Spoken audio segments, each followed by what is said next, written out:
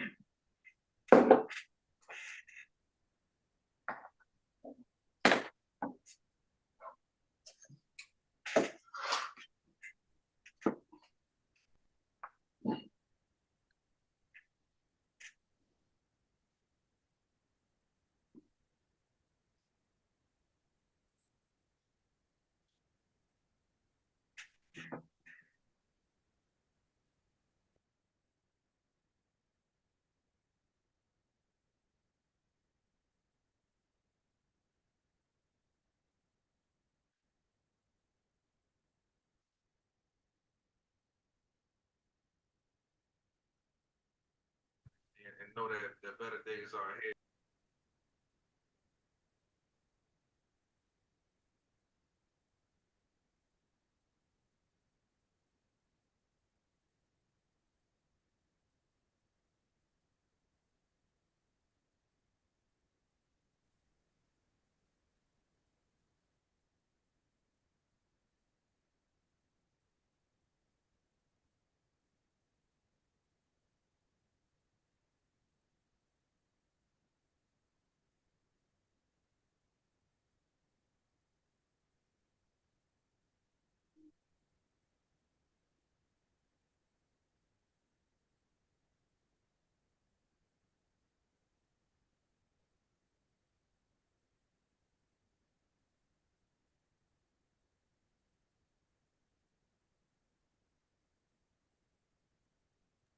You do have questions for our coaches. We ask that you please utilize the raise your hand feature to get your question in the queue. Please limit your questions to one initial question. If there are several questions there in the queue, if we do have additional time, we'll work our way back to get additional questions answered. Please ensure that your lines are actively muted unless you are actively asking a question, and please wait to be acknowledged prior to asking your question. With that being said, happy to be joined by Coach Sam Shade with Alabama A&M. Good morning, Coach. Good morning. Thanks for having me.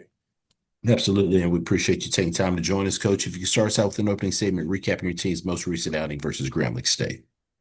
Yes, we traveled to Grambling this past weekend with a mindset of winning the game and playing 4 quarters. We start off the game first quarter. We go up 10-0. Actually, started our 4th-string quarterback, J.D. Davis. He did some good things, threw a touchdown in the first quarter, went 12 for 18. But after that first quarter, it really was a defensive struggle. We went in halftime 10-6, came out the second half. It stayed the same, really a defensive struggle. We only had 175 yards of offense. We held them to 145. But late in the fourth quarter, difference in the ball game was a return punt, 64-yard return punt by them for a touchdown. And after that, it pretty much stayed the same. So my hat goes off to Grambling and Coach Mickey Joseph. Their guys fought hard, just like our guys fought. But, we came up on the short end. Appreciate those opening comments, Coach. First question goes to Wayne Cartwright. Coach Shea, good morning to you. Good morning.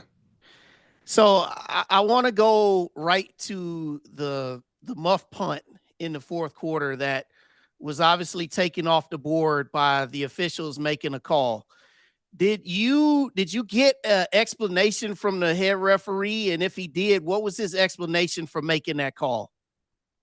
Well, so basically the rule on a fair catch, the punt returner, if he muffs the punt, the kicking team cannot touch that punt or impede him from catching the ball. So once he muffed it, it went behind him in the air, and one of our players ended up touching it before it hit the ground. But if the ball had hit the ground, we could have legally possessed the ball, and it would have been our ball. But, that's just one of those breaks where, the ball never hit the ground on the muff, and we ended up touching it. Appreciate that, Coach. All right. Thank you. Question goes to Perry Daniels. Good morning, Coach. Good morning. Coach, you've had struggles running the football all season and stopping the run, but this week you gave up 8 sacks. Can you talk about that and what led to that? Well, the 8 sacks, it was a combination of things. There were some times where they had really good coverage, and they were coverage sacks. There were some times they ran some games that we thought we were prepared for, but unfortunately, we didn't handle some of their games well up front, and that allowed some sacks. And then, like I said, we started a quarterback that started the season off 4th string, and there were a couple times where he held the ball just too long. He should have gotten rid of the football. So it was a combination of things that led to those 8 sacks. And this week, Prairie View A&M has a great running game. How do you plan on defending that? Well, we actually played the run game pretty well against Grambling this past weekend. So hopefully we can, build on that and take that into this Saturday's game against Prairie View.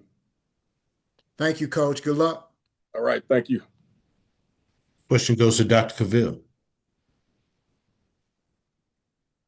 Kenyatta Cavill, Dr. Cavill's inside the HBCU Sports Lab. How you doing, Coach Shea? Doing well, Doc. How about you? Doing well. Real defensive matchup in the last game against Grambling, but want to move a little forward to Prairie View. What are your thoughts in terms of what you want to try to get done offensively against their defense? Well, it's every week, and people that are having success in our conference, they're able to run the football on offense. That's where it starts, right? And we've got to do a better job of running the football. For instance, we kind of got away from the run a little bit this past week. We did try to, put it in the air some, but Grambling's got a pretty good defense, and so they limited, some of our plays down the field. But going into this game this week, we got to continue to work on being able to run the football. Thank you, Coach. All right, thank you. Look forward to the matchup. I will be in town. All right. Question goes to Wayne Cartwright. All right, Coach. So this week, obviously, you said you started your fourth string quarterback. Can you give an update on the health of all the positions, including Eric Hanley? Well, obviously, Quad Brown is out for the season. Eric Hanley, he actually traveled with us to the game, and he actually warmed up and all of that. But he only practiced one day last week, and he just wasn't, healthy enough to go on Saturday. We also had Ashley Tucker, who was our third string quarterback coming into the season. He was back from a concussion protocol. And so I'm thinking that we're going to have all three of those guys available this week. All right. Appreciate you as always, Coach. Good luck against Prairie View. All right. Thank you. Final questions? All right, we'll take questions from Perry Daniels. Coach, we've talked about what championship teams look like. When you look on film at this Prairie View A&M team, do they have those characteristics of a championship team from your perspective? Yes, I say that they do. Obviously, offensively, they're able to run the football. They do a good job in the running game, and then they make some plays in the passing game off of the running game. So, and the other thing they do, I know they turned it over this past week against Alabama State. I know they had 4 turnovers, but going into that Bama State game, they were, they had a big turnover margin on teams, and so they had the turnovers this past week, but they weren't turning the ball over. And so that's big. And then defensively, they play the run well. They keep things in front of them. They don't give you the explosive plays and things like that. And they play good special teams. So they're able to make plays in all 3 phases, and they're able to limit what you do in all 3 phases. So yes, I do feel like they're a championship caliber team. Thank you, Coach. Again, good luck this week. All right, thank you. Any final questions? Coach, as always, we appreciate your time. Look forward to speaking to you again next week. All right, thank you, guys. Yes, sir. Thank you. All right, we are ahead of schedule. We'll pause here for a few minutes, and we'll be back momentarily. Thank you for your patience.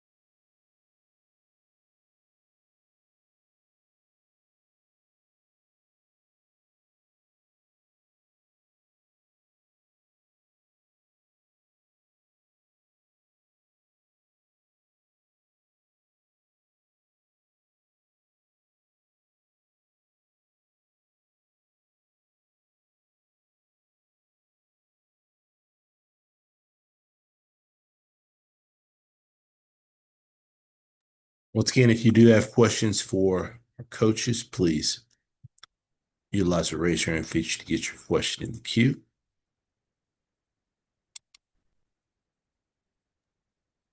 Please limit your questions to one initial question. If we've got additional time and our coaches' availability, we will work our way back to get additional questions answered. With that being said, happy to be joined by Coach Robinson with Alabama State. Good morning, Coach. Good morning. How's it going? Doing great, Coach. As always, we appreciate you taking time to join us. If you could start us out with an opening statement recapping your team's most recent outing versus Prairie View A&M. Yeah, went out to Texas to Prairie View. Always a tough place to play, and Coach had those guys ready to go. They got off to a really good start. They got the opening kickoff, drove down and scored on us. Then we had a fumble. They did a great job of forcing the fumble, I would say, and then they scored again. So we were down 14-0 on the road, which is always a tough place to be in. Real proud of the kids. We were able to fight back and to tie the game up at 21. Had a guy, Denzel Johnson, a young guy who's really making some plays for us. Had 11 tackles, had a big interception right before the half, and kind of gave us a little bit of momentum going into the second half. And was able to get out of there with a 31-28 win. They missed a 53-yard field goal. They could have tied it and sent it into overtime, but I think it was just a really good game, a really good atmosphere. And obviously, Prairie View is a championship caliber team, and so we were just happy to get out of there with a win. Did have an injury at the quarterback position, so not sure about the certainty of Andrew Body to play this week, but Smoot stepped in and played well going down the stretch, so was happy for him to get his opportunity. He's been a great teammate and been waiting just patiently to get a chance to play, so it was happy for him to get into the game, but obviously major concerns without having Andrew Body. So appreciate those opening comments, Coach. First question goes to Wayne Cartwright. Coach Rob, good morning to you and congrats on the win. Thank you. Appreciate it. So you said during your post-game presser, you said hopefully Andrew is able to return this year. Can you elaborate on that and also talk about Tashawn Smoot's value to the program and in your offense as you envision him in the case that Andrew can't return? Yeah, so Body, I mean, it was an injury to the shoulder again, so he'll have to go get the imaging and everything today. And so we won't know until the doctors give us the full assessment, but we're hopeful that is an injury that he can rehab and get back to playing this year. With Tashawn Smoot, I mean, that's a kid that came in here to compete for the starting job, had a great spring, great summer, was right there with Andrew Body, was like 1A and 1A. And so, Andrew just got off to a great start. And I just had a talk with him last week about him being a great teammate. He hasn't complained. He comes out, he competes every day. And we know only one quarterback can play at a time. And so, I just told him, hey, man, your opportunity may come at some point. I can't, I don't know how the season's going to go.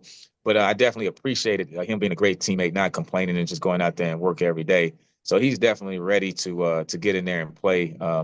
If it's one game or multiple games, I think everybody has a lot of confidence in him just by the way that he's been preparing for the whole year. Well, Coach, you might remember during SWAC Media Day when I asked you about him, you said, shh, don't tell nobody. Yeah. Well, now everybody needs to know. So appreciate the answer, and good luck this week as you welcome Texas Southern in. Thank you. Appreciate it. This question goes to Dr. Cavill. This is Kenyatta Cavill, Dr. Cavill's inside the HBCU Sports Lab.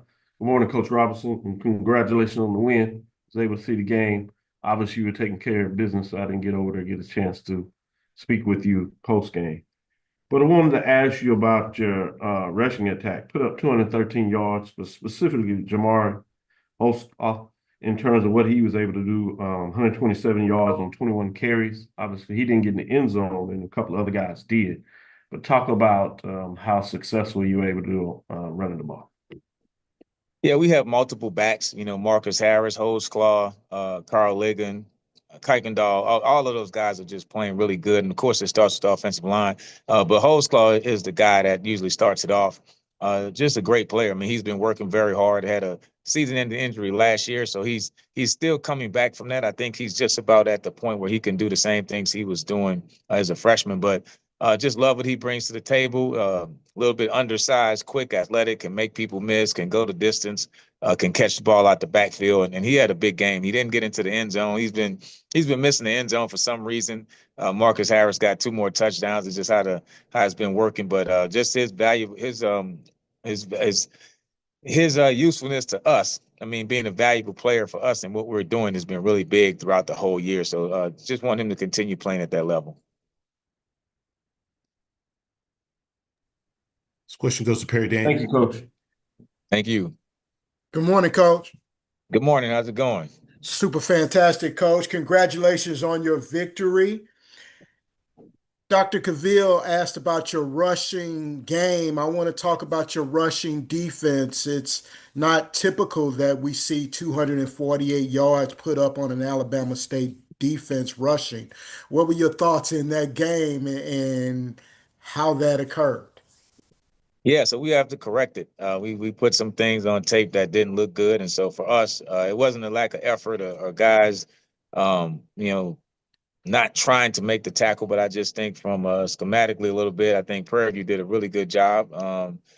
Coach Tremaine Jackson and those guys, they did a great job of scheming it up and doing some things different that we had not seen. So you got to tip your hat to them. When coaches do a great job and on the other side of the ball. But for us, Cam Peters did a great job of running the football. I mean, we knew they had some good backs and a big offensive line, but Cam did some things, that we weren't really expecting, and he made some guys miss. He made some plays, and he also made some plays in the passing game. And so it took us a while to adjust to it.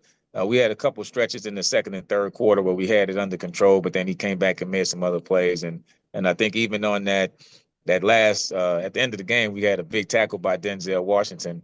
You could tell that not Denzel Johnson. But you can tell he was trying to pull the ball, because had he pulled it and took the ball on that zone read, that game may have went the other way. So definitely a lot of credit to what Prairie View was doing. But we have to get better at it. But some of it with that, those guys were just blocking hard. They was being physical, and they had a really good scheme. So you have to give the other team credit when they do some really good things. Thank you, Coach. Good luck this week. Appreciate it. This question goes to Marvin Nichols. Good morning, Coach. Congratulations. Thank you. Appreciate it. Yes, this is Marva Nichols from MTMV Sports. I wanted to ask you about your defense. They forced 4 interceptions, including 2 by DeAndre Morris. How proud of you of their resilience, especially late in the game? Yeah, absolutely. I mean, we were on our heels most of the time defensively. Just being up front, man, they scored 7, scored 14. So down 14 on the road, you have to make a play. And DeAndre Morris is a guy that's transferred in, and has just been a great kid, a leader from the time he's gotten here in the spring, and athletic safety. We knew that he was a guy that could make some plays. He was a FCS All-American at his previous school, and so we knew he had that big play ability. So it was just great to see him just make some great individual plays. And I think the other one, was Denzel had a tip right before half that he tipped to himself and made a catch. And I think the last one was to Dietrich, and that was just a play that sometimes the ball bounces your way. We tipped the pass that they were trying to draw a screen on, and the big defensive line was able to catch it and almost scored. So had some good fortune. And when you play hard and run to the ball, then good things happen. And sometimes those turnovers come in bunches. And fortunately for us, they just all came in the same game. It was an outstanding and exciting game and great execution. Congratulations again. Good luck next week. Thank you. Appreciate it. This question goes to Donald Ware. Good morning, Coach Robinson. How you doing? Doing well. How are you? Doing pretty good. For you all, because you ran the ball 41 times opposed to throwing it 16, was the game plan coming in to run the football more? Because I don't know, it may have been the first 5 or 6 plays you ran the ball, and then did that when Body went down? Did this game plan, if that was your plan to run the football, did that change? Well, we always want to establish the run. So I know we've been scoring a lot of points, and Body's been doing some great things. Our receivers, Jalen Jones, those guys have been playing at a high level. But for us, you have to establish the run first, and obviously, if you establish the run and it's working, then to be smart, keep running the football. So, but I think in this situation, once we were able to get up by 11 points, and Body was injured, and Smoot was just kind of getting going.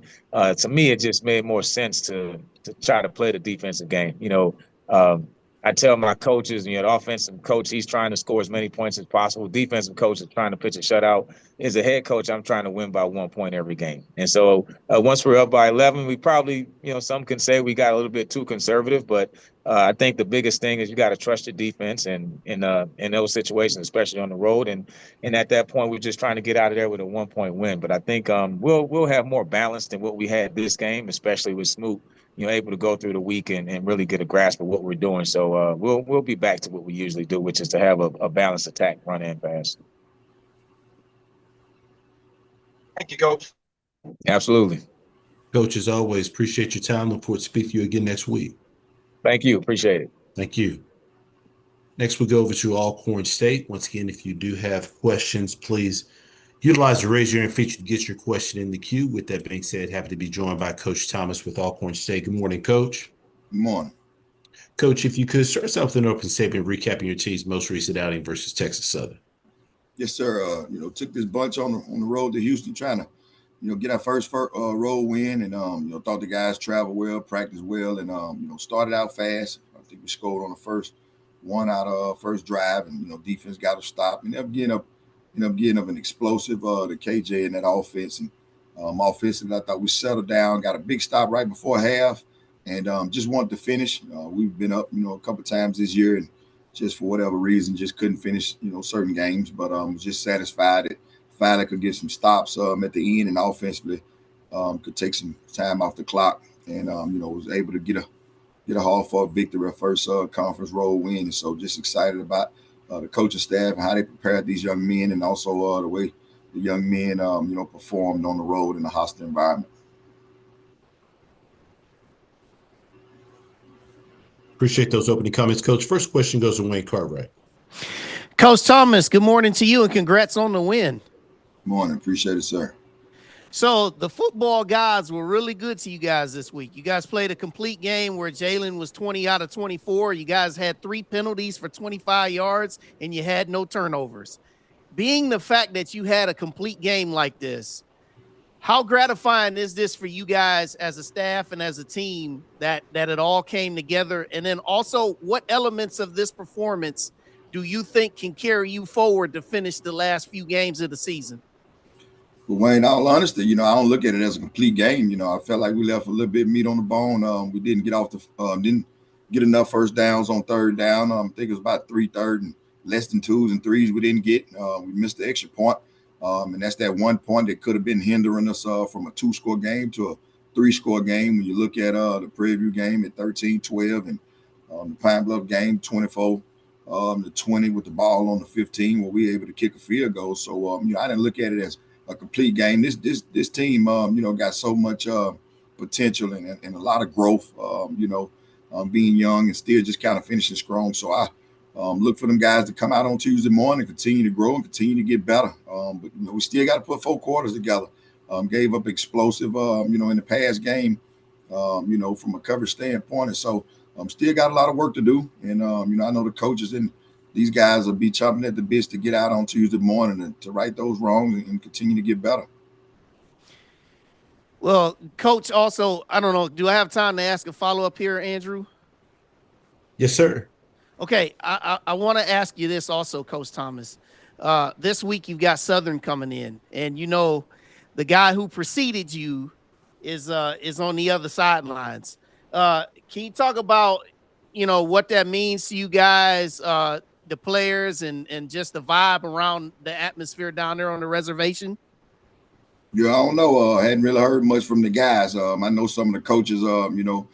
Coach hired me twice, and so I'm forever indebted for what he did to me and my family from that standpoint. And got some coaches on the staff that was, part of those championships with him. And so I know, he's dear to a lot of people, not only on the staff, but just in the Alcorn community. And so, we'll be excited, just to see Coach from the standpoint of, what he's done for us, from a career standpoint. But at the end of the day, he's on the other sideline. Like the kids say, he the ops right now. And so, we're going to be excited about, getting these 2 opportunities to play these 2, great institutions. for a really good game. All right. Appreciate you as always, Coach, and good luck this week against Southern. Appreciate it, sir. This question goes to Perry Daniels. Good morning, Coach. Good morning. Congratulations on that victory. Appreciate it, sir. Jalen Tolbert looks like he's getting really comfortable in your offense, Coach. Can you talk about his play Saturday? Yeah, it's that, he's really getting comfortable. He's leading, doing a lot of things off the field, from a leadership standpoint. That's what's indicative to him being successful.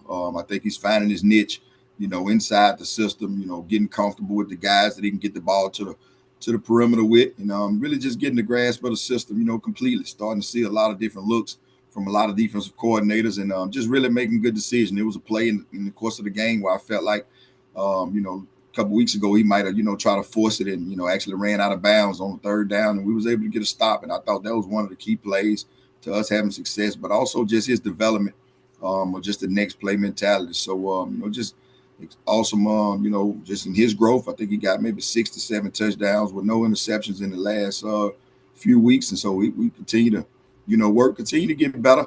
But we knew coming in that he could help us, win a lot of football games. And if you could talk to us about what you've seen from this Southern University team on film, Coach. Violent. Those guys run around. Kobe does a really good job. You got to find out where he is. He's getting a lot of doubles this year, just because you're not seeing, as much effect with the other guys, but you got to know where they are. Also long on the perimeter, from a DB standpoint. And, if not the second best running back, he close to it compared to, Jacory Sewell. But, Holly's, definitely a difference maker. Offensive line is massive, going to maul you. And for us, it's personal. We gave up 295 yards last year.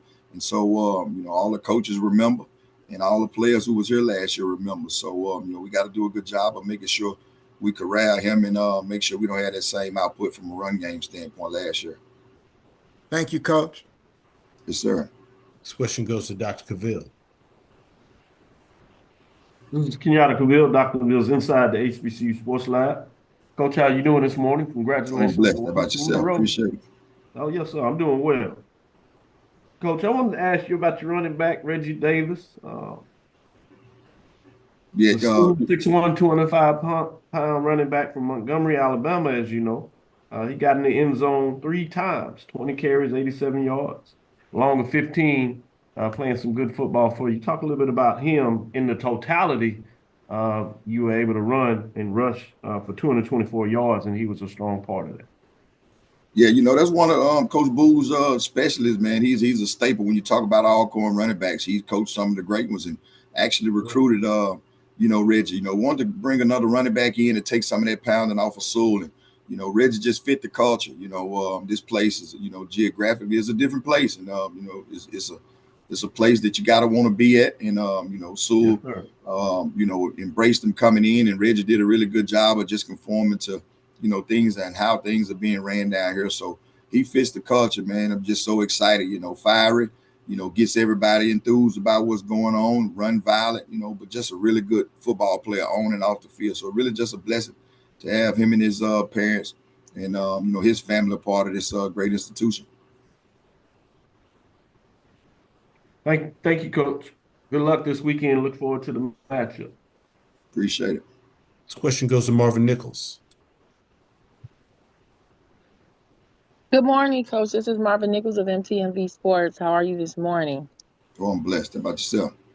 I'm blessed as well. Quick question. Holding the Tigers scoreless for 2 straight quarters showed real discipline. What did you emphasize to your defense at halftime?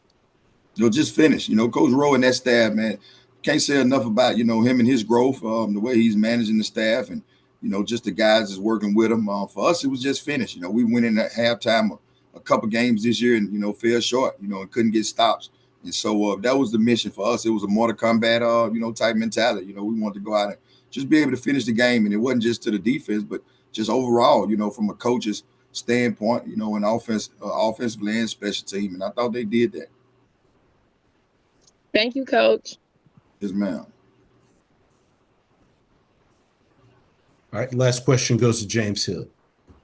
Hey, Coach, I hope you and everyone on the reservation are well. Can you talk about November football as you tighten the screws, you clean things up, and you look to win football games and guys band in and work together? Yeah, just playing with a purpose. You know, just seeing this group go out every day and watching them get better. You know, see all the fruits of their labor start to come to fruition, and also, you know, just being around the coaching staff, watching how they gel. Got some young coaches, you know, that's on their second, third, you know, year at certain titles, and so it's just good to see the matriculation of not only them but everybody on this journey. You know, had some hardships early, but you know, I wouldn't change it. It's a foxhole mentality, and you know, it's easy when you're up. You know, I'm just watching these guys still come in with the capacity to work through all the downs and the hardship to be able to come out and still play well. And so we're expecting that for one more week. So we're excited. You know, I'm excited getting up, just watching these guys continue to grow in this great profession. And, you know, watching these young men deal with, you know, some of these same characteristics. They're going to have to go out when football over and apply it to life. Thank you, sir. Have a blessed week. You too. Coach, as always, appreciate your time. Look forward to speak to you again next week. Appreciate it, sir. Yes, sir. Thank you. All right, we now go over to Bethune-Cookman. Coach Woody, once again, if you do have questions, please utilize the raise your hand feature and get your question in the queue. That being said, happy to be joined by Coach Woody with Bethune-Cookman. Good morning, Coach. Good morning. Coach, as always, we appreciate you taking time out of your schedule to join us. If you could, please start us out with an opening statement recapping your team's most recent outing versus Mississippi Valley State. We had a good crowd. You know, obviously it was a senior day, graduated 25 seniors. You know, just really hats off to Coach Buckley. I mean, those guys came in ready to play. We spoke to our student athletes about starting fast. Javon Ross took the opening kickoff return 85 yards for a touchdown. We went up first quarter 14-0, 24-yard touchdown pass from Cam Ransom to Javon. And then Josh Brown, the Mississippi, it was 14-7. And then we went up 21-7. And then, you know, it was 21-14.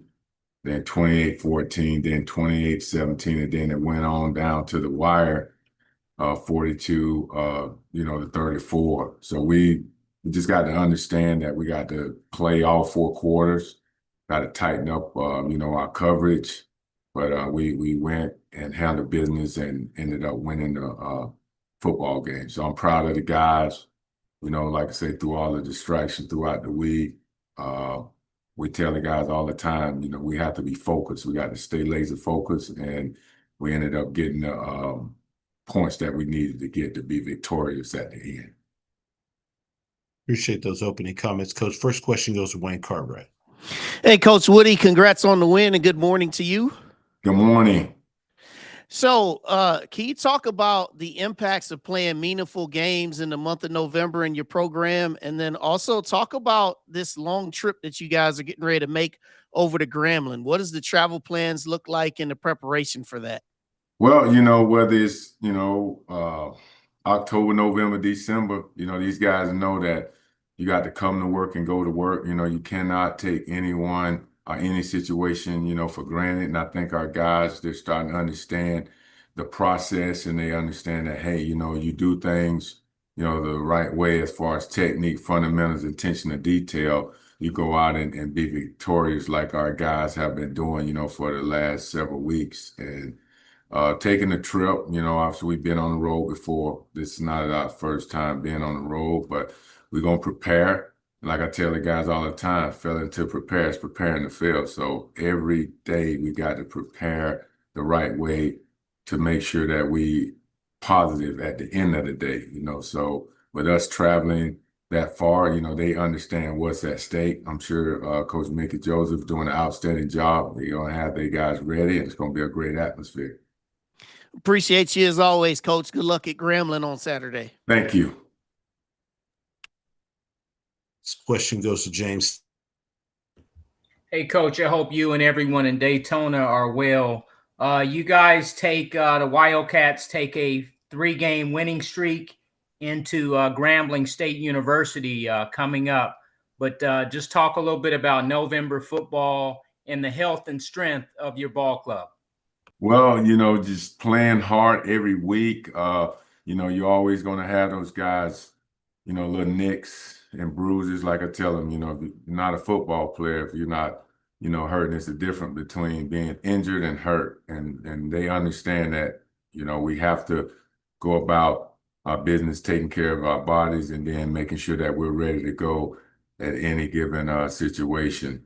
And it's November. Obviously, people remember what you do in November. So, we understand what's at stake, and we got to keep progressing, and everything else will work itself out. Thank you, Coach. Have a great week. You too. This question goes to Dr. Cavill. This is Kenyatta Cavill. Dr. Cavill's inside the HBCU Sports Lab. Coach Woody, how you doing this morning? I'm doing great. And yourself, Doc? I'm doing well. Really That's excited good. about the football you're playing, not just offensively, we spoke about last week, but your defense is moving and progressing and getting better as well. But I want to stay on the offensive side of the ball, just what you're able to do with the triplets, it seems, with your quarterbacks, your running backs, and wide receivers, how they're all playing together collectively as a good group and really being able to work with the offensive coordinator to coordinate your offensive approach about how you're getting things done. Talk a little bit of how that side of the ball seems to really be in a nice groove of things and how you feel it's coming together. Well, we talk about all the time, it's not all about me, it's all about we. And those guys, they love each other, obviously not just offense, but, the whole team, and they're selfless, and we tell the guys all the time, it's not about who gets the credit. It's about guys working together and about doing your 1 and 11, not letting your teammates down. So it's been great. That just doesn't happen overnight, Right. Players are selfish, and you got to coach them to be unselfish, and that's all about recruiting the right guys that doesn't care about me, they care about we. So I think those guys doing a great job of straining for each other. It's a brotherhood. Hey, I do my job, you do your job. No matter who gets the credit, we all win. Thank you, Coach Woody. Look forward to the matchup. Thank you. This question goes to Perry Daniels. Good morning, Coach. Good morning. Coach, I realize that it's a team game and a team concept, but I want to talk a little bit about Antoine Watts, who played a phenomenal game this past Saturday with 11 total tackles, 1 for a loss, an interception for 32 yards, and then 2 breakups. Can you talk about his impact on the defense? Well, he's been that silent leader. He doesn't say a whole lot, but he handles his business on the field. Him just doing a lot of studying of game film, understanding how to anticipate plays before they even happen. And that's with a lot of game film study. And he brings those guys in the back end along, because he's such a good person. He's not a rah type guy. He's the guy that, come to the office early and leave the office late, so he's the type of guy that is expected. He expected to do that because of preparation that he puts in. And I'm, happy to see his progression throughout the season as well. Thank you, Coach. Good luck this week. Thank you. Next question goes to Brandon King. Good morning, Coach. How you doing? I'm doing well, and yourself?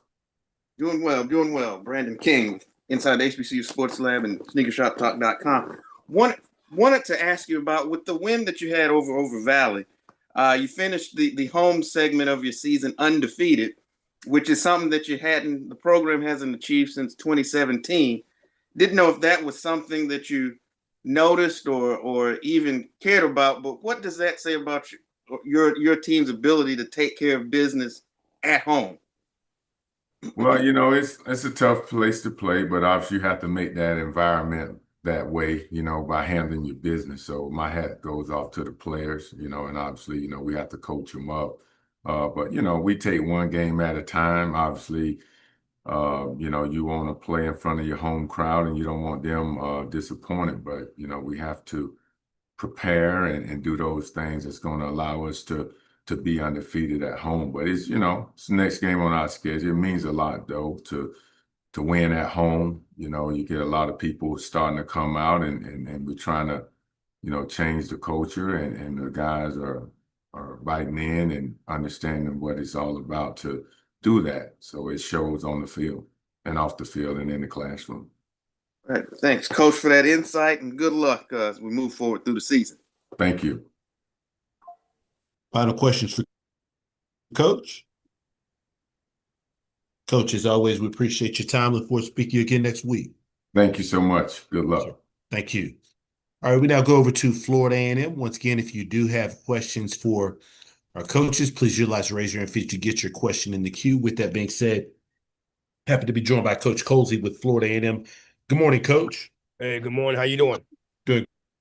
Great, Coach. As always, we appreciate you taking time out of your schedule to join us. If you could, start us out with an opening statement recapping your team's most recent outing versus Jackson State. Tough outing for us. I thought we did some pretty good things in the first half to try to contain them offensively, but that's a dangerous bunch out there in Jackson, and they got a chance to run the football and did that very, very well. But ultimately, you got to kind of push to the side. Obviously being 2-2 in conference, we finish up with 4 straight road games, and we start off by heading to Pine Bluff this upcoming weekend. Team that's also playing very, very well. Appreciate those opening comments, Coach. First question goes to Wayne Cartwright. Hey, Coach Colsey. Good morning to you, sir. Boss? What's up, boss? How you doing, man? I'm pretty good. So, Coach, obviously you talked about the frustrations of the game in the second half. In terms of your process now, turning the page to get ready to play UAPB, detail like how you can get this run game and this pass, get the offense rolling this week to where you don't see a carryover from last week's performance in the second half affecting you in this week's performance? Well, that's a great question. I think the biggest thing for us is, man, we go back to in the first half, and we were running. We had a lot of third down and longs, man, third down and extra longs, right? And that's not the recipe for success, especially offensively. To try to get the offense going. We started the game, mishandling the kickoff, and you think of that just one play, but that offset the next 2 drives, right?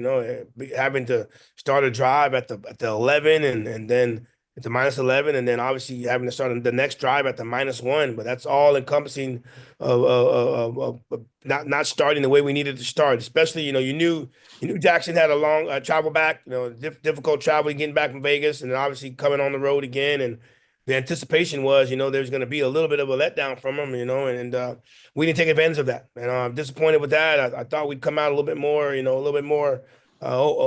guns blazing a little bit, I would say, offensively. But first 2 drives of the game, we're using coming out mode because, again, being at the -11 and being at the -1, we weren't necessarily able to get into the rhythm that we needed to establish early, to maybe spark a little bit offensively. So, again, we third down and long for a young quarterback, that's not the recipe for success.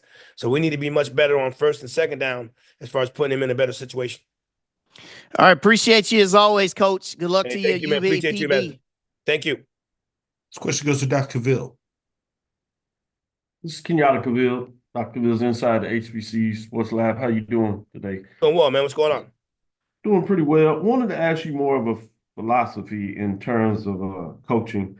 Obviously, in the game against Jackson State, while the first half you were solid, but the second half they were able to get the running game going and were able to get going for 392 yards. If you look at Pine Bluff, the previous game with Southern, they got going as well, but most of it was through the air.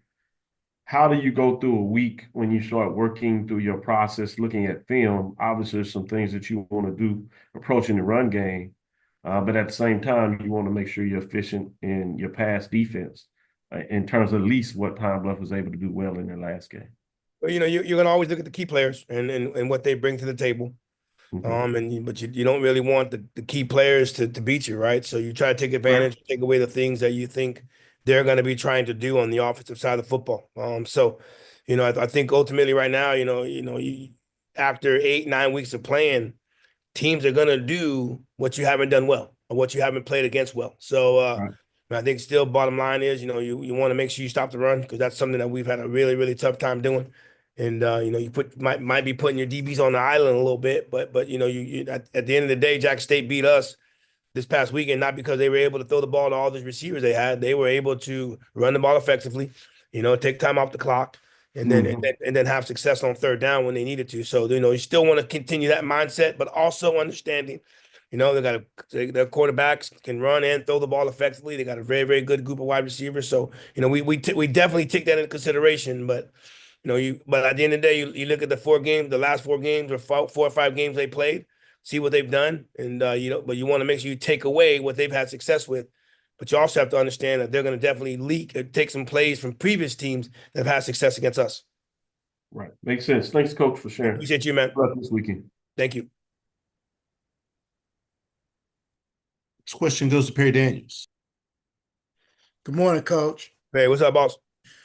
Not a whole lot, Coach. Talk to me about coaching philosophy, and at what point in the season do you start building for the future with your team? Well, I mean, I think you try to build it every week, right? I mean, I think for us, we got 4 games left, right? Obviously there's some crazy things that may have to happen, but you're trying to build week by week. I think the biggest thing for us right now is, getting ourselves back and playing obviously got to get to play Pine Bluff, and you're trying to get back on the winning track. So you're trying to do everything imaginable to make sure you're ready to play this week. Because you win this one, you win the next one, obviously you win the next 4. That definitely builds for the future. But obviously, we got a pretty veteran group. I know that they want to make sure we end on a good note as well. So, you build for the future just by doing the daily activities, making sure you're doing everything you need to do academically, lifting on the field, practice in the film room, because every day you can get better. So if you can get better every day, that definitely helps with the future as well. Sounds good. Good luck to you this week, Hey, Coach. man, appreciate you, man. Thank you. This question goes to James Hill. Hey, Coach, I hope you and everyone on the highest of 7 hills are well today. Talk a little bit about the defensive side of the ball. You guys were able to get that fumble recovery, and then just talk a little bit about going forward, what you'd like to clean up as you head over into UAPB. Well, I mean, we thought we did a good job in the first half. We knew we had a young quarterback, and we were hoping to give him some different looks and look like we had some success. But, at this day and age, right, we felt that that's what Jack State was going to do. They were going to try to run the football and take shots, right, especially with, the type of quarterback they were using and the type of, trying not to put the onus on him to try to win the football game, and as you get more into the future, right, like teams are going to do what you've had problems with. So, we got to iron ourselves down, making sure our guys are in the right fits. We need our linebackers to trust the D line. We need our DBs to trust the linebackers. So like right now, we're inconsistent as far as our run fits because we're not trusting the guy in front of us to do the necessary job that we're hoping that they would do. So we got to continue to work on that, continue to execute, continue to trust each other so we can put ourselves in a better position, especially in the run game. All right, Coach. Safe travels over to Pine Bluff. As always, man. Appreciate you, man. Yes, sir. This question goes to Tanner Spearman. Good morning, Coach. One interesting matchup I see in this game with UAPB. Obviously, your quarterback RJ's done a pretty good job taking care of the football this year. Don't believe he's got an interception this year, but UAPB's defense leads the conference in interceptions this year. So, what has RJ done well to take care of the football, and what have you seen on film from the UAPB defense that makes them good at taking it away? Very opportunistic group, man. And biggest thing for them is they finish plays. That ball's in the air and you make a mistake, man, they're diving and making interceptions, right? And, got a couple tip balls where guys are going to get interceptions as well. So, I think one thing about RJ, he ain't going to throw it in harm's way. And that obviously at times that's great, but then there are some times, we got some athletic guys on the outside that maybe we may want to take a chance and see if our guys can make some plays as well. So, he has done a good job. I know he doesn't have any interceptions at this time, but I think the biggest thing for us is just, continuing to improve what we're doing weekly with him. Every week he has to get better for us to have success. So, and with also that in mind, right, being able to expand our playbook for him, being able to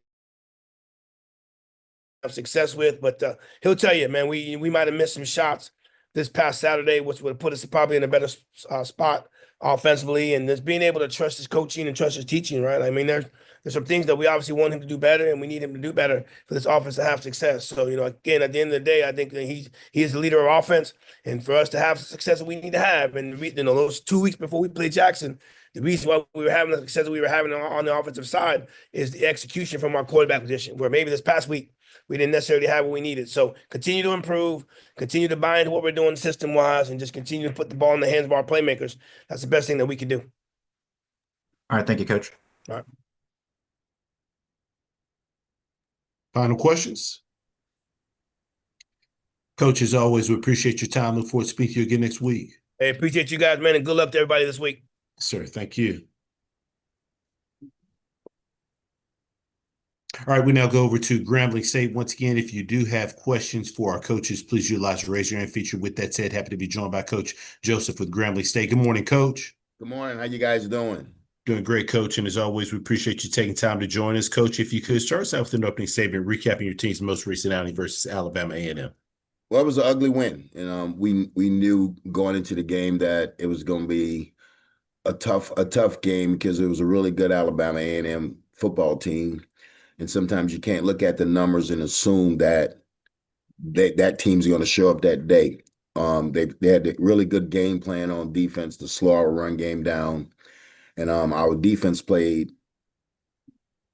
exceptional. You know, they played lights out with holding them to 0% on third down, 8 sacks, 13 tackles for losses. So it was a group effort with our special teams. We're down to, had to play our fourth string guy. We lost our third guy, so we had to go with our fourth guy. And they rallied around him, just the culture of this team, just to sit here and just fight.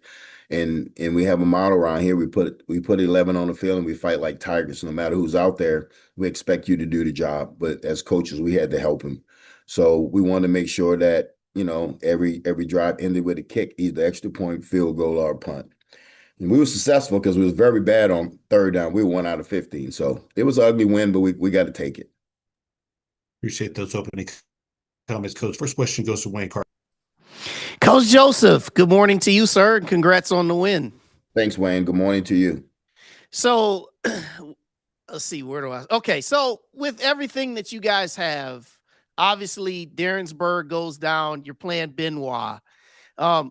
You're piecing things together here.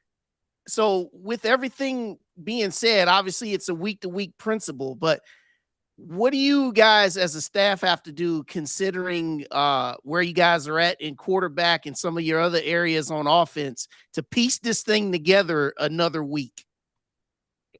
First thing I tell them, don't overthink it. Don't overthink it. It is what it is. You're playing with your fourth quarterback. You got to we didn't have a great game up front. We didn't play well up front. We didn't play well at the running back position. We missed some runs. We missed some blocks up front. But now you're right. We're piecing it together. But I told my coaches, don't overthink it. It is what it is. This kid knows 40% of the playbook. And let's see if we can use 40% of the playbook. But by Thursday, let's see if we can get him to 60% of the playbook. You're talking about a kid that we playing that didn't get any reps, during fall camp, didn't get any in September, October. Now he's going to be getting a whole bunch of reps. So we're piecing it together, but we're not going to overthink it. It is what it is. We know we got to get it out the mud. That's the thing we're saying. We got to get it out the mud right now. Everybody's got to step their game up to rally around this young kid. Appreciate that as always, Coach. Good luck against Bethune this week, and tell your brother congrats on another great job yesterday. Yeah, he gave up 5 field goals, 3 number field goals, so he's feeling pretty good. But he's grinding. They play Thursday, so he's back in it early this morning. All right, appreciate you, Coach. Thank you. Question goes to Perry Daniels. Good morning, Coach. Good morning, Perry. How you doing? Super fantastic, Coach. Is there a T-set update? Well, no, he's still in, still, like I say, he's still in good spirits. We sent him a video the other day. We've been in constant contact with his mother. We haven't spoken to Zay yet, but we just talking to his mother. So he's still, in good spirits. He's up, he's talking. I don't know how much up he is, but I know she said he's in good spirits. And so we just getting a little bit at a time. We're not getting a whole bunch. So we're trying to, respect her. And, so I'm going to try to push her to give us a update next week, let us know where he's at next week, because it'll be almost 2 weeks. And, Sure. Everybody's curious. And like I told her before, everybody's not doing it to, just to be nosy or anything like that. People really out here really, truly care, and people want to help. So Absolutely. I want to make Absolutely. sure that I reiterate that to her, that they're not trying to be nosy anything. They're just trying to, she's a 225 girl. So, she's going to trust. Absolutely. She got trust issues when it comes to Zay. So, so she don't trust everybody. She had to trust us before we got him, I so, got it, but coach. I got it. I gotta try to say it's really people out here with good hearts. Even the kids from Jackson State, when that happened, the kid felt bad. And that's one thing I do love about this league. Everybody in this league has reached out to me. Even some coaches in the MEACs gonna reached out to me to see what they can do for the kid. So I appreciate all the prayers. I appreciate everybody, looking out for us. But like you said, when it comes to HBCUs, we got to look at it. We one big family. We all striving for the same thing when these kids come to these HBCUs. So we're one big family, and it's showing us right now because everybody's rallying for us and asking about this kid, and I appreciate it. I really do. And my kids appreciate it, and my coaches as well as appreciate it. Absolutely. Coach, if you could, though, talk about after a season of special teams mishaps, you win a football game off of your special teams. Talk about that and what that meant to the program. Well, we've been here and there. We've been having some mishaps. You're right. We've been having some dumb penalties. We hadn't been punting the ball away. We punted. We missed some field goals early. We hadn't been sharp, but the effort's been there. And we just had to settle down and like you say, not get blocks in the back. 2 weeks ago, we'd have hit somebody in the back because we just want to make the block so bad. So now we're teaching, hey, throw your hands up.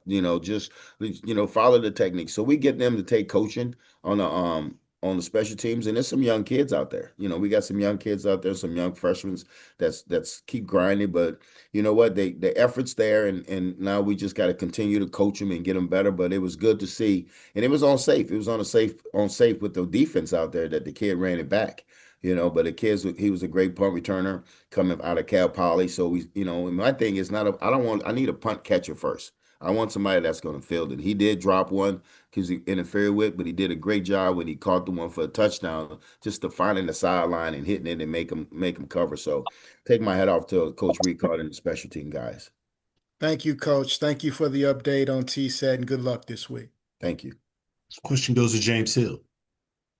Hey, Coach, I hope you and everyone at Grambling State University are well. The G-men are 3-1 at home in the hole. Talk a little bit about Bethune comes in, a dangerous team. When you look at Bethune-Cookman, what do you see at this point?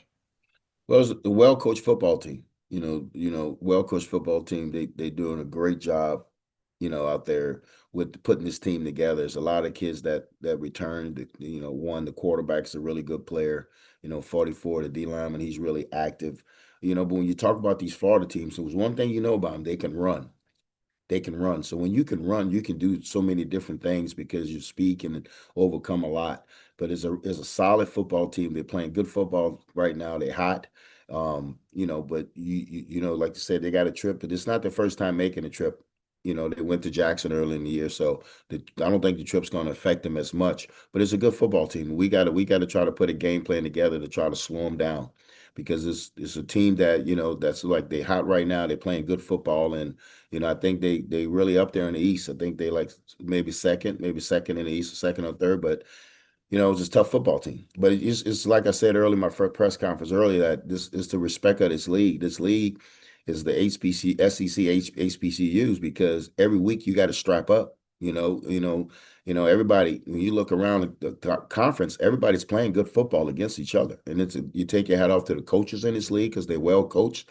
And you take off, with the players, with the transfer portal, a lot of stuff is even.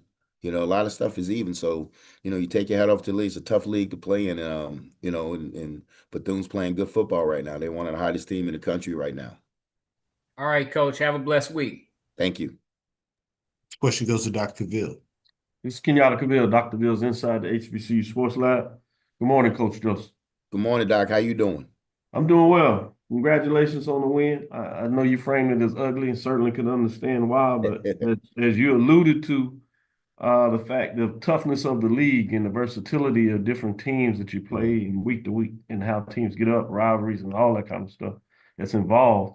I simply saw it as a gutsy win based on an emotional win the previous week, both in terms of how you got the win and then obviously prayers to TSET and what you're dealing with. So kudos to your coaching staff as well as your teams. I needed to get that out for you. Thank you.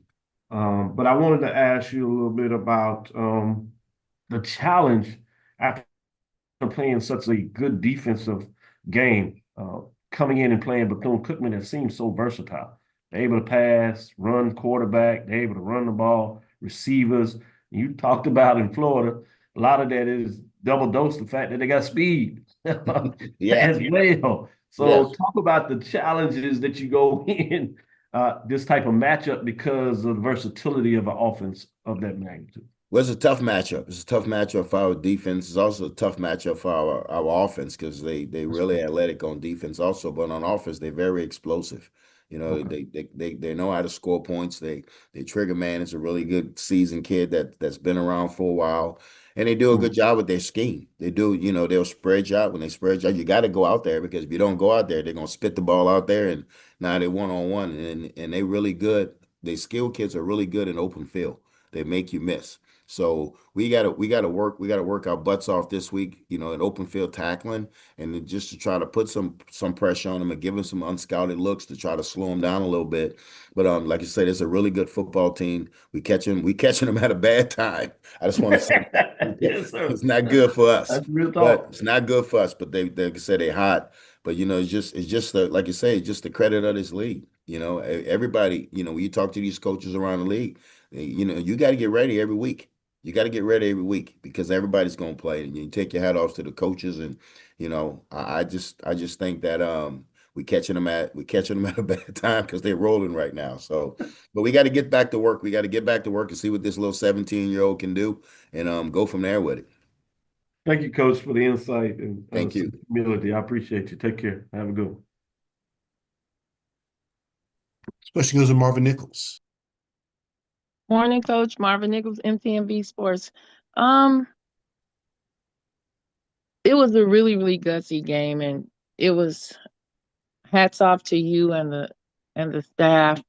Wanted to know, how is Darrensburg at this point? Did he have a major injury, or will he come back and help Benoit, or what? Well, he's going to the doctor today at 1:30, so we'll know more once he goes in and gets the X-rays and MRI just to know exactly. But it's a low body injury, so we'll know. I'll know more today once he goes to the doctor, and you know you call me tomorrow, call me tonight, and I'll let you know exactly what's going on with him.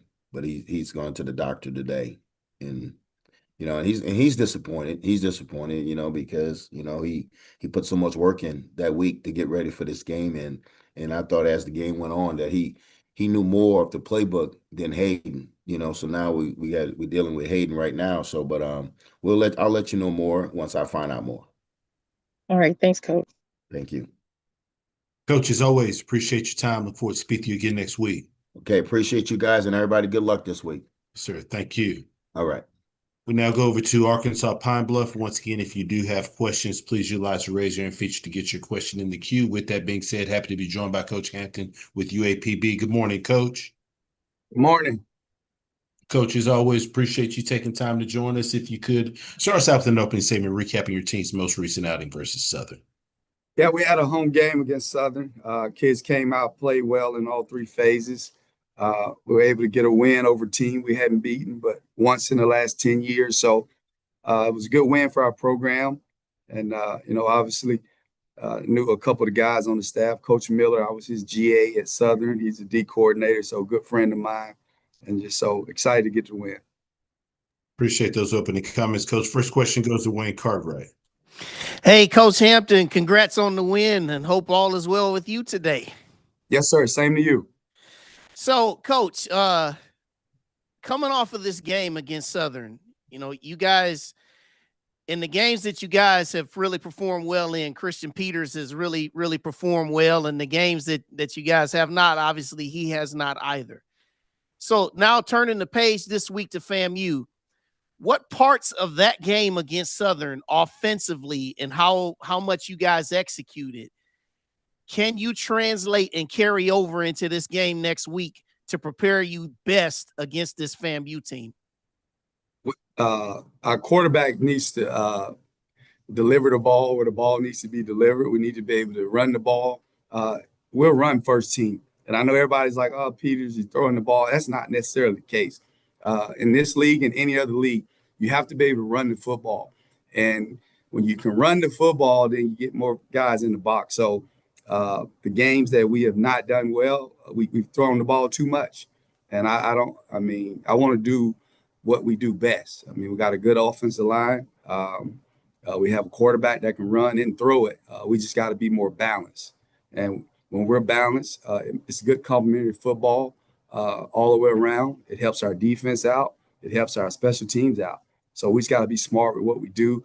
I don't care if he throws for 400 yards or 10 yards. I just want to win the football game. Appreciate you as always, Coach. Good luck at home against FAMU this week. Appreciate it. This question goes to Tanner Spearman. Good morning, Coach. I want to ask you about that offensive line because, from last year to this year, I mean, a year ago, I think you gave up the most sacks of any team. And now this year, I think you're 5 fewest sacks allowed in the SWAC, and you're averaging more rushing yards per game than you did last year as well. What have you seen from that group up front this year that maybe you didn't see last year? Well, I see Donovan Jackson. He's an O-line coach. Our O-line coach left like 3 weeks before we started fall camp.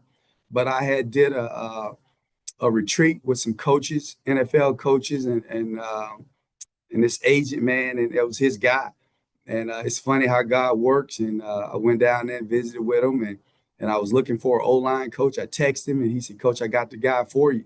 And then Coach Jackson had just wrapped up at Washington, and then we got on the phone. We were able to get him down here, and he's been a blessing, man. This guy was at LSU when they won the national championship. He's been a high school head coach. He's did a couple of internships in the NFL. So you ask me, what's the difference? It's him. It's his mentality. It's his professionalism. It's the way he go about his work. He's demanding, but not demeaning. And our kids, they needed that. And so, man, I tell people, God take care of fools, babies in Alonzo Hampton. So we lost the coach for 2 weeks before we started fall camp, and he sent me a jewel. And so I'm happy for our guys. They're playing well, man. And so I'm excited about that. All right. Thank you, Coach. This question goes to James Hill. Hey, Coach, I hope you and everyone in Pine Bluff are well. Congratulations on that victory. Talk a little bit about FAMU, what you see from the Rattlers on tape, and some of the things you'd like to do to get another victory. What do you see when you look at FAM? I mean, obviously very athletic, big old line. Love the quarterback. He's smart. Don't make a lot of mistakes. They got some receivers that can do some things with the ball in their hands. Got a couple good tailbacks. It's a really good football team. And then you look at the record, you don't really kind of see how that translate. And defensively, man, they run around, they make plays. They got a couple guys in the return game. But again, as every coach said, man, this league is different. You can't say this is an easy win. You're going to have to go earn it every week. And that's what everybody has to do. But they're a good football team. And so we got our work cut out. And I'm looking forward to getting off this Zoom call so I can get back to work. Thank you, Coach. Have a great week. Appreciate it. This question goes to Perry Daniels. Good morning, Coach. Good morning. Congratulations on your victory. Appreciate it. Coach, I want to ask you about your coaching staff. You talked about having great coaches. Your offense coordinator, Tony Hull, his name has been mentioned as a possible candidate for the Southern University job. Can you talk about that and what you think regarding that? I don't think anything about it. Didn't know about it. I'm concerned with FAMU. But obviously, anytime your coach gets mentioned for a job, he's a Louisiana guy. Warren Easton High School head coach. He's done a great job. I worked with him at ULM. Man, we're trying to win a game.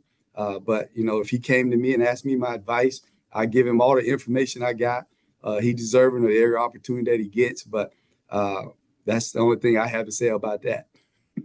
Thank you, Coach. Fair enough. Good luck to you this week. Appreciate it. This question goes to Dr. Cavill.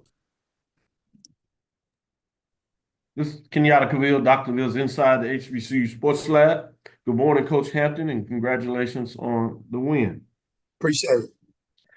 I asked Coach Coach Cozy, a philosophy question, if you'd allow me to get in your head in terms of the philosophy as much as you're willing to share. I certainly understand you need to get back to business there, but if get through this, I appreciate it.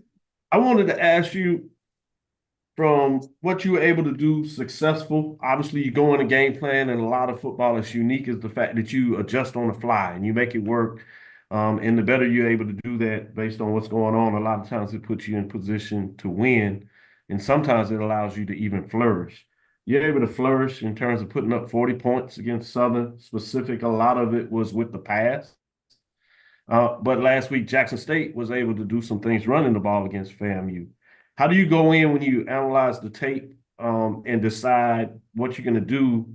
How much of it is about what you do well in the last matchup more than what it is in terms of what you may see another team allows you to do?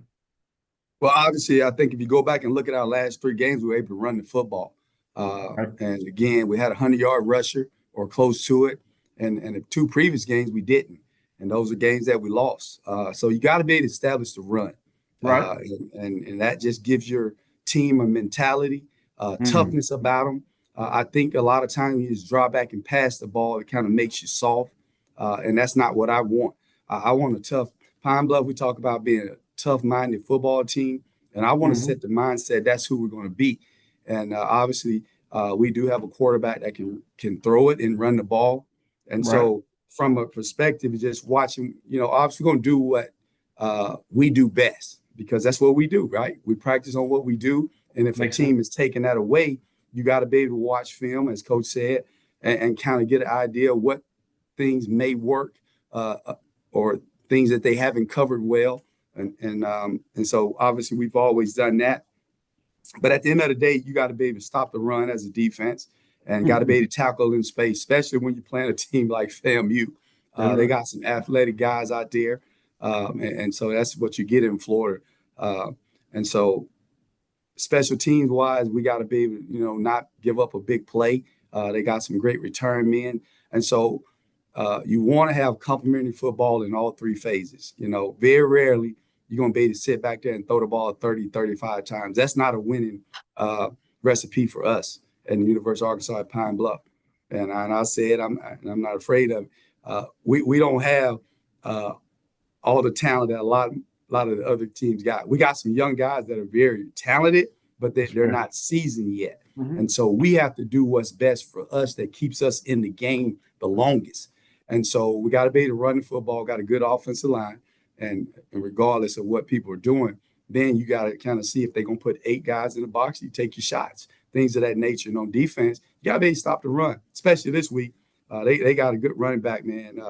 And they do some good things, big offensive linemen. And their D-line is good. Don't get me wrong.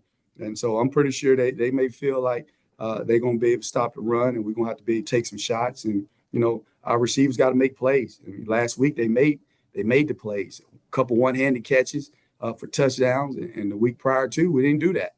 And so when I go back and evaluate the things that we're doing, it's tackling and catching the football.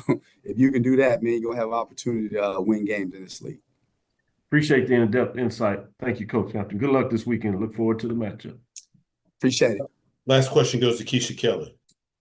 Hey, Coach. Good afternoon from Atlanta. Keisha J. Kelly from Black College Experience. I'll say first and foremost, like everybody else, congratulations on the win.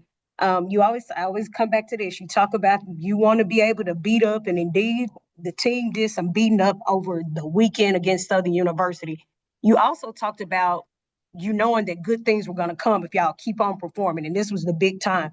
Coach, how did you feel going into that halftime and how you motivated the team to keep going? Because that's a lot of points that you put up on a Southern University team. Well, obviously, we talked about our motto this year was finish. We lost big the first year, you lost close the second year. You coming in this year, you're still losing close. You feel like you performing better, but we wanted to be able to finish, start fast and finish. And so obviously going in, just talked about the score being 0-0. And then when the team been whooping you as long as the Southern's been whooping us, like we couldn't be, excited. You know that it's going to be a 4-quarter game. And so we just had to keep our foot on on the pedal. Obviously on special teams, man, they set up 14 points for the first play of the game. They dropped the kickoff, and we were able to score.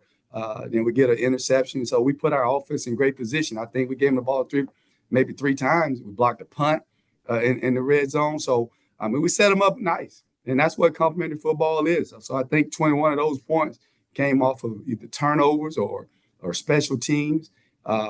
And so that's what we need to do in order for us to continue to turn this program around, be able to play complimentary football.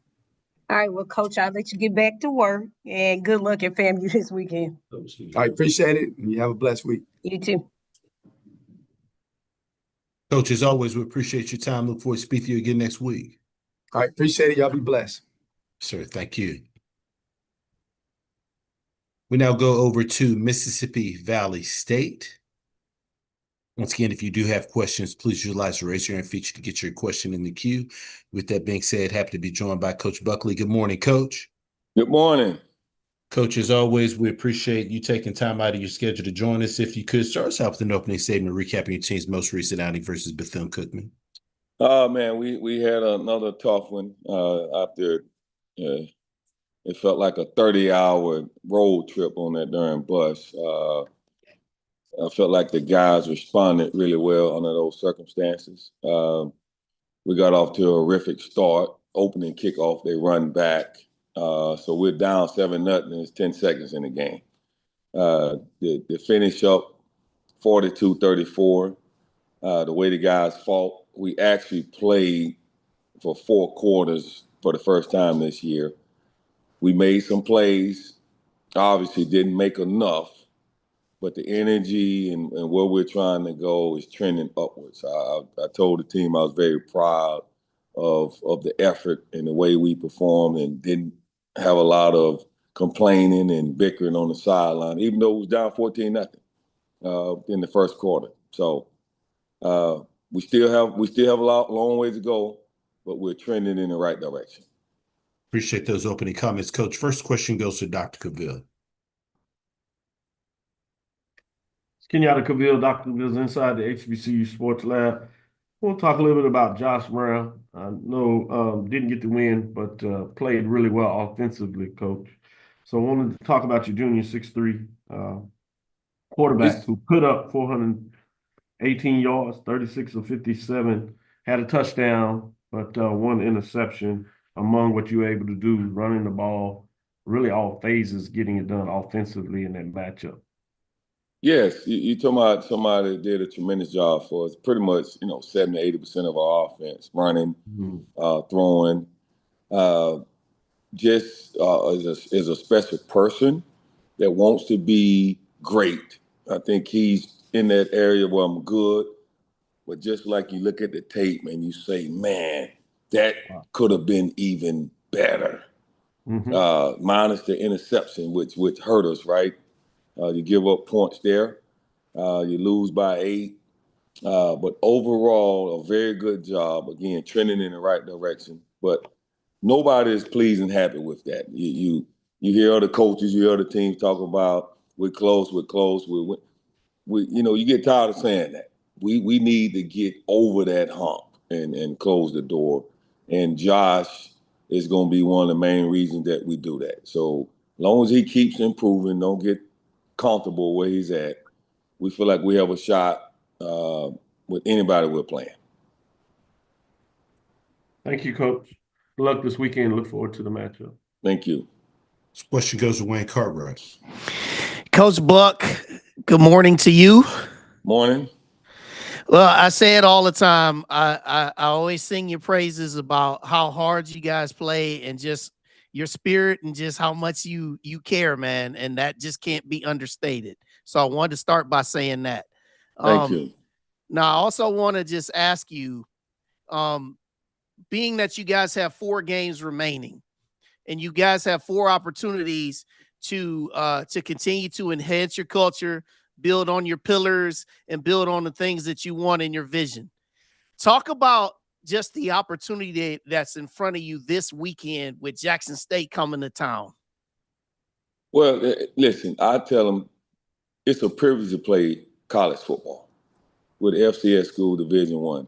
No matter your past, we get to determine our future, right? And how you do that is now, being present. So if you don't want to be a part of continued growth, then this is not the place for you. This is a new era, and the roster is trimming down as we speak. We're going to go out and compete and play one of these days for 60 minutes, and we put this together the right way. You guys gonna see something. I love what we're doing. I love what the guys are doing, how they're playing. We got off that 15-hour bus trip from Bethune, and we had a workout 30 minutes later. You don't get that. Volunteer workout. Guys was in there working because they know we're getting better. The vision, the standard is the standard no matter who we're playing and what we're doing. Well, that's awesome, Coach, and I appreciate the transparency in your answer, and continue to keep doing what you're doing. I know the wins aren't there, but keep doing what you're doing. We'll talk to you next week. Good luck against Jackson State. Thank you. This question goes to James Hill. Hey, Coach, I hope you and everyone in the Delta are well. The history of some of the rivalries in the Magnolia State, when you think about HBCU and the SWAC, Jackson comes in to Itabena, but talk a little bit about this opportunity, Jackson State and Mississippi Valley, and it makes for a really interesting afternoon of football. Well, things about rivalry, you got to win some games, right?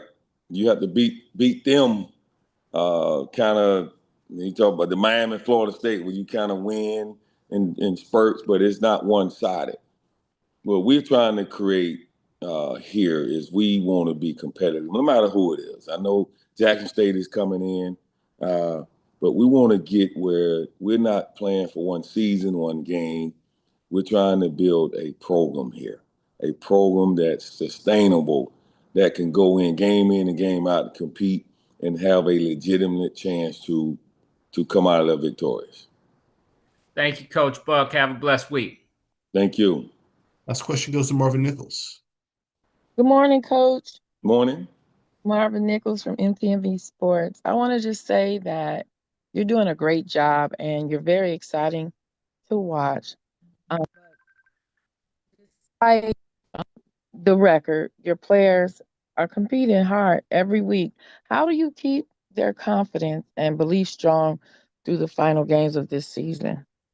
Well, just like today, just having talks with them, finding out their plans, not being afraid, talking about the portal, talking about their plans, what are the future, life after football, right? What are you going to do? How can we help you to get better? And challenging the coaches, telling ourselves, let's get better. Let's put together better game plans. We now know what we have, what we can and cannot do. Everybody talk about, okay, our talent level is not where it needs to be. Well, let's create better game plans, put them in better positions, get some input from them, and let's turn it loose. To me, again, it's a privilege to be a college football player. Let's act like it's a privilege to be a college coach. Let's act like it. We got 4 games left. We are professionals. Let's go out and take care of our business. That's what grown men do.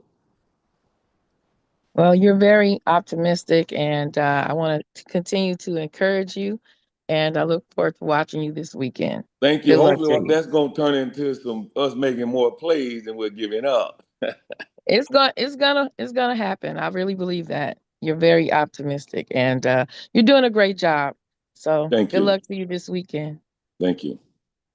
Coach, as always, appreciate your time. Look forward to speaking to you again next week. Thank you. Yes, sir. Thank you. All right, we now go over to Prairie View A&M. Once again, if you do have questions for coaches, please utilize the raise your hand feature to get your question in the queue. With that being said, happy to be joined by Coach Jackson with PVAMU. Good morning, Coach. Good morning. Coach, as always, appreciate you taking time to join us. If you could start us out with an opening statement, recapping your team's most recent outing versus Alabama State. Yeah, we played Alabama State, a really good football team, and we started fast this week, which we hadn't done, and scored and did some things early on. Thought we attacked them offensively in a different manner than what we had, and we just couldn't sustain it. Ended up tying it up at the half, and then it kind of got away from us in the third quarter, and we were able to still have a chance in the end. But ultimately, when you turn the ball over 4 times, regardless of how it's done or why it's done, then it's just not good enough to win. And so to be able to have a chance at the end, we were grateful for. I just thought they made the right plays at the right time, and we didn't. So we get ready for a really good Alabama A&M team where we'll get on a plane for the first time this season and head on down. Appreciate those opening comments, Coach. First question goes to Perry Daniels. Good morning, Coach. Good morning. Coach, that team that you just played is the #1 ranked team in HBCU football in a lot of polls. What does the way you played them say about your program and and your team and the progress that you've made since being there? Yeah, I don't say this with any disrespect, but who's poll? Like I don't know what polls can really go inside of a program after being a guy that sat on national polls and where I came from to really rank. Those polls are ranked off feelings and emotions and what people see on TV, not what goes on inside a program. So we don't put a lot of stock in the polls. What I will tell you is that football team that Coach Robinson has established over 4 years of his alma mater is a really good football team. And for us to be able to compete, start fast, do the things that we say we want to do after being here for now 11 months, I was proud of our team. But being proud of them and winning is two totally different things. We expected to win. And I think that people try to find moral things. We lost. There is no moral victory in it. We had a chance to win. I felt like we were supposed to win. We didn't execute to win, and that is a really good football team, but not because of the polls. It's just because of how they go about their business. They're well coached, and they play extremely hard. And so I thought there were two really hard-playing football teams there, and we just came out on the short end of the stick. Thank you, Coach. Good luck this week. Thank you. This question goes to Wayne. Hey, Coach Jackson, good morning to you. Good morning. So I just have a very simple question for you and your program. Mm-hmm. What do you need to do this week inside your building to make sure that one loss doesn't turn into two? Yeah, not turn the ball over. Just that simple. Don't turn the ball over. Work on not turning the ball over 4 times. We don't turn the ball over 4 times and we play hard, I think we'll be okay. Fair enough, Coach. Good luck against A&M this week. Thank you. This question goes to Dr. Cavill. This is Kenyatta Cavill. Dr. Cavill's inside the HBC Sports Lab streaming show, also responsible for some of those polls out there. Mm-hmm. I had that matchup as #1 versus #2, HBCU football. We like to think we analyze a little bit. I know you coaches do a lot of work and know the insides, but some of us media folks got to do something to cover y'all and get the information out. So we're working hard at it. So give us a break at times, Coach. Give us a break at times. With that being said, I want to ask you less about the previous matchup. I think we had a chance to kind of talk about that, and we've heard the reports. But moving forward to the Bulldogs, taking a long trip relatively, meaning you got to fly in, which may be a little different for certain players. How do you approach that? And as you approach that in terms of working towards not turning the ball over, what do you want to see your team get done on both sides of the ball in this matchup to be successful?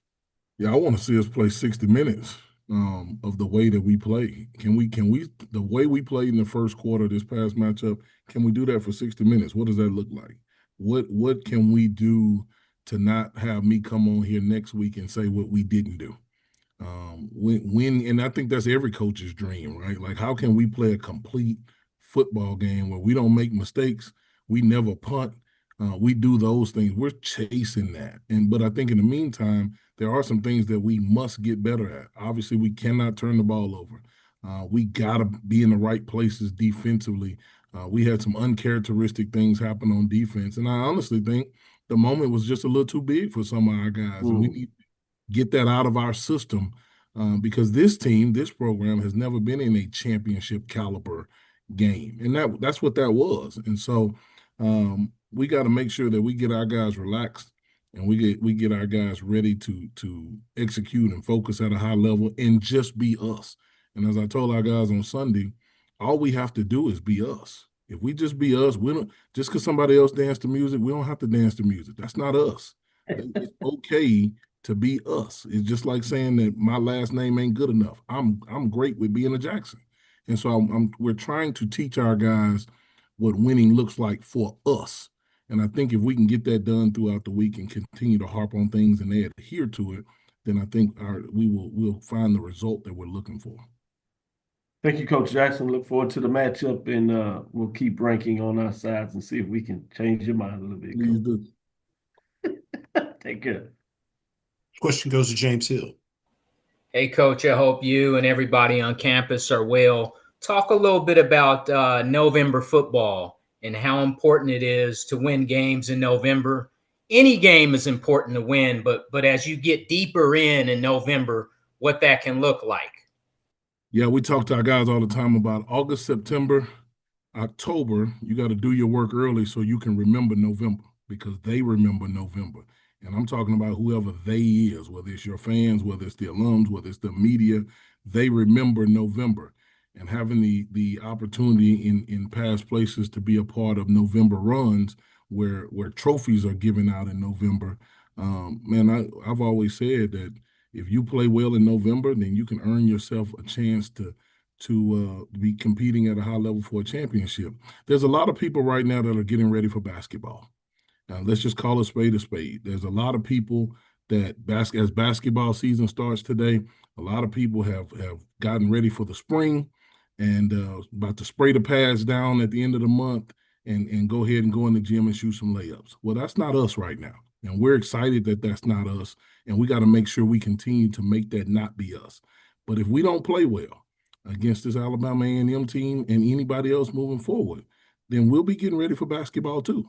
And so that's not something that we're ready to do. And we tell our guys that. And like we said, we got posters up saying that they remember November because that is what everybody remembers because in football, championships are won or championship places are secured in November. Thank you, Coach. Have a blessed week. Thank you. Next question goes to Wayne. Hey, Coach, I wanted to come back and I wanted to ask you this.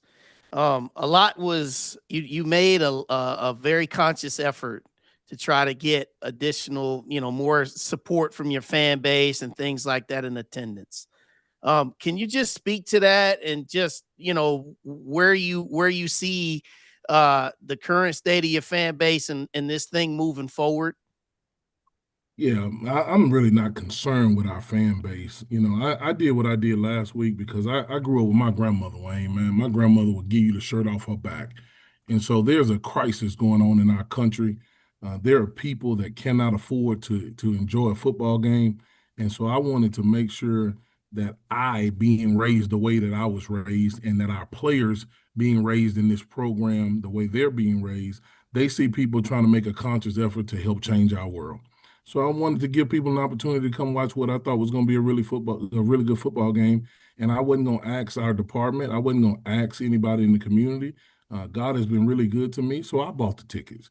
That was just because trying to be a good human, man. I think we've lost that in our society, in our world. I ain't seen nobody else do it. I don't see nobody else concerned about what's going on. And maybe they are in other ways. But I didn't do that for clicks and likes. Man, we did that or to get people in the stands. We did that because there's a issue going on in our world. And we shouldn't have to have protests and things of that nature to address issues. When you see an issue, my grandma taught me, when you see something, say something. So we saw something, and we wanted to give people an opportunity to do that, and we'll do it again. It's not just for that game. We'll do it again for our next home games. We really look forward to helping people in our program, and I think our players need to see that. And when they leave our program, hopefully they do something to help people in their community as well. Appreciate that answer, Coach. Good luck, as I said before. Thank you. Question goes to Marvin Nichols. Good morning, Coach. Marvin Nichols, MTMV Sports. Quick question. After an emotional close game like you had last weekend, how do you reset and stay grounded and focused and getting ready for, this coming weekend? Yeah, Ms. Nichols, I don't think we're in any position to be harping on what was. We got to focus on what will be. We've been like that since the day we've gotten here. Just because you weren't don't mean you can't be. And All right. we weren't successful on Saturday. That has no bearing on next Saturday. If we pay this invoice of work that we got to pay in order to get what we say we want. And so we look forward to seeing our guys in the building today and then getting out on the field tomorrow to get ready to go to work. Because one thing we know that they know by all the text messages and things that I got and phone calls and coach, I wish we could run it back, but we might have that opportunity to run it back. But before then, we got a great opportunity in front of us to get on a plane and go play at Alabama A&M, a place that the last time I was in the SWAC conference was a really, really tough place to play. And I got a lot of respect for Coach Shade after playing against him at our former places in the playoffs. And so I know we got a really good opponent in front of us, but we certainly are in no position to keep crying about what happened 2 days ago. We got to move forward, and I think these guys have. Thank you, Coach. Keep on keeping on. Thank you. Coach, as always, appreciate your time. Look forward to speaking to you again next week. Thank you. Go Panthers. Thank you. We now go over to Southern University and Coach McNair. Once again, if you do have a question, please utilize the raise your hand feature to get your question in the queue. With that being said, happy to be joined by Coach McNair with Southern. Good morning, Coach. Good morning. Coach, as always, we appreciate you taking time to join us. If you could start us out with an opening statement, recapping your team's most recent outing versus Arkansas Pine Bluff. Oh yeah, we traveled up the University of Arkansas at Pine Bluff to play the really good coach football team. I thought the coach Hampton did a great job of preparing these guys to play a real good football team. We started off receiving the ball, and we muffed the kickoff return on the first play from scrimmage. They were able to capitalize on that on a very short field. We came back and we tied it up 7-7, and then we turned it over again with an interception. They capitalized on it. So, the thing was we gave them 14-point spots off turnovers. So they was able to put those balls in the box and win the ball game. We had too many penalties, unsportsmanlike penalties, personal foul penalties that we really got to hone in on this week. And I told the guys, the coaching staff on yesterday, that we got to fix that. And just understand that we gave up too many explosive plays on the defensive side of the ball in the secondary. We got to fix those. Offensively, we didn't establish a running game as well as we had thought. We should have ran the ball. Only had like maybe 70-some-yard rush off 20-some carries. So we got to do a better job of blocking up front with the offensive line and making sure that we dot our I's and cross our T's in those categories. I think that other than the muff kickoff return, we special team played a pretty solid special team game in terms of making them first catch the balls on punt, keeping the ball away from that return guy. Thought we did a real good job at that, and going down on kickoffs, covering the kickoffs really well too. So we just kind of pick up on defense and on our rushing game and prepare for a good football game that's coming up weekend down in Lawrence, Mississippi. Going against a good football team against the Alcorn State. Appreciate those opening comments, Coach. First question goes to Wayne Cartwright. Hey, Coach McNair. Good morning to you, sir. Good morning. So obviously, let's just start with the white elephant in the room. You're returning back to a place that you had such great success, winning SWAC championships, and you've been there such a long time. Talk about the emotions and just the passion and the feeling that you have getting ready to coach a game on the opposite sideline at a place that you love so much. It's just always something that you go back home and being a part of something you've been for so long and being able to get opportunity to go back as opposition coach. But my emotion right now is trying to get the young men we got here at Southern to play a full 60 minutes of football. We got to go out today and do some correction stuff today at practice and get these guys' mindset to go play a good 60 minutes of football against a good football program down in Alcorn. All right, Coach, good luck this week as you head to the reservation. Thank you, sir. Next question goes to Perry Daniels.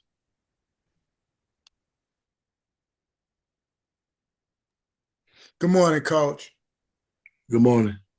Coach, can we get a status update on Horatio Johnson and Vincent Page, who didn't play in this game this past weekend? Well, Vincent, he did play. Vincent Page did play. Um, like I said, just got to get those guys playing pretty solid on the defense side of the ball. But Ratio, he did not play. He didn't even travel with us again. But we're working on some things. I think he's been doing well with his rehab, with his treatment. So we'll see where he's at this week, especially today. See where he's at from the standpoint of playing on Saturday. Thank you, Coach. Good luck. This question goes to James Hill. Hey, Coach, I hope you and everybody there on campus are well. Can you talk about returning to Alcorn State to play, and then the greatness of the late, great Marino Cassim? Oh, yeah, man. I think, I got a chance to really talk to Coach Cassim when he was living up in Houston. A couple of times we played in the SWAC championship against Grambling. Got a chance to say a few words. Actually, Coach Cassim, he recruited me out of high school back in '86 before he made a transition down here to Southern as the athletic director, back in '86. So great individual, man. Great spirit he had, just talking and carrying on conversation with him, when he was here. So we lost a good one in Coach Marino Castle. Families did, Alcorn family and the Southern University family in Marino Castle. But still hear people talk about Marino Castle, the late Marino Castle here at Southern as well. So he was a great individual in all eyesights. But going back to Alcorn, just traveling back, just going back to see the place that I'm so familiar with. Some of the coaches that's there now was on my staff that I was with. I had on staff there. So just old familiar face, just going back. And the biggest thing is get these young men that we got to go down and Laurel, Mississippi, try to win a football game. We're desperate for a win right now. We're doing some great stuff, but we just got to be more consistent in our play, in all positions. I think the guys are really stretching themselves to fight to get a win, but I think they just got to be more consistent in the things that we do in terms of offensive, defense, and special teams. All right, Coach. Have a blessed trip back home. All right, thank you, sir. Question goes to Dr. Faville. Good morning, Coach McNair. How are you? Well, good, sir. Yeah, good to hear your voice. It's Kenyatta Cavill, Dr. Ville's inside the HBCU Sports Lab. Wanted to talk defensively specifically, what things that you want to see get done and how you might better make those changes as Alcorn was really solid this week against Texas Southern in terms of running the ball. And Pine Bluff was able to get some things done against you on the run, although more effective in the air. How do you look to try to make some schematic changes in terms of doing some things to stop the run? Just talking to the defensive staff yesterday during the course of our staff, just to understand we got to be gap sound. Our linebackers got to step up and fill the hole. We sit back on our heels a lot of times and wait for the play to come to us. We got to attack the play. Just let them know that the things that I've seen during the course of film watching and taking it to the staff meeting when you guys understand that the things that we can't allow, we got to tackle better. We missed a lot of tackles, and that can't happen. We had a couple busted coverage in the secondary, 2 of them for touchdowns, and that can't happen. Those 14 points there, you give up 14 more on special teams. So, stuff like that. You just got to be mindful and get these guys to working hard. The coaches know that we got to work hard this week. We got a real good football team, and Alcorn have a great offensive line. They big and huge. Back in Sewell. And they got a solid backup. Those guys run the ball hard. So we had to be able to tackle the football. Got to be able to bring it down to the dirt. So we'll be able to do those things this week. One of the things that we're going to really work on hard this weekend is making sure we tackle well going into this ball game Saturday. Thank you, Coach. Good luck this weekend. Look forward to the matchup. Thank you, sir. You're going home. Last question goes to Keisha Kelly. Hey, Coach. Keisha J. Kelly, Black College Experience. Good afternoon. How are you? I'm doing great. Good. So, Coach, how are you keeping these guys motivated after a loss to Pine Bluff? And I won't keep going back to that, but how are you keeping them motivated going into this game against Alcorn State? I guess the biggest thing is these guys understand the coaching philosophy of myself and how we approach the game each and every week. We got to come out and practice hard each and every week. The biggest thing is that you got a jersey on with a name on it. You got your name, the last name on your jersey. If you can't do anything but play for your name, play for your last name. Be excited about that. You got another opportunity to go on the field and play another ball game. Just talking to those guys about doing the right thing and just being excited about football in terms of what we need to get done in preparation for this week going into Saturday. All right. Well, great luck this weekend and travel well, Coach. Coach, appreciate your time. Look forward to speak to you again next week. Yes, sir. Thanks. Yes, sir. Thank you.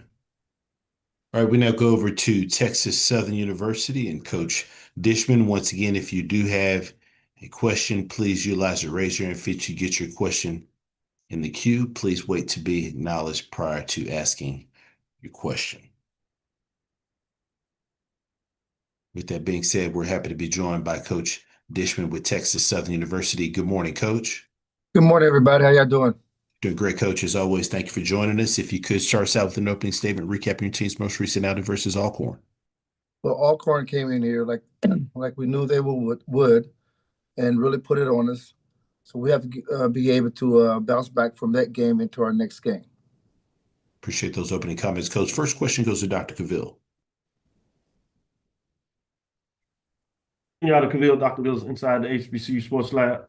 You going on the road, long trip in terms of the conference, in terms of facing the #1 team that's been pretty effective running the ball. You weren't as effective this last weekend, but you've been effective of stopping the run all season. What do you look to see in terms of this offense that you want to get done from a defensive perspective to put yourself in a position to win the ball game?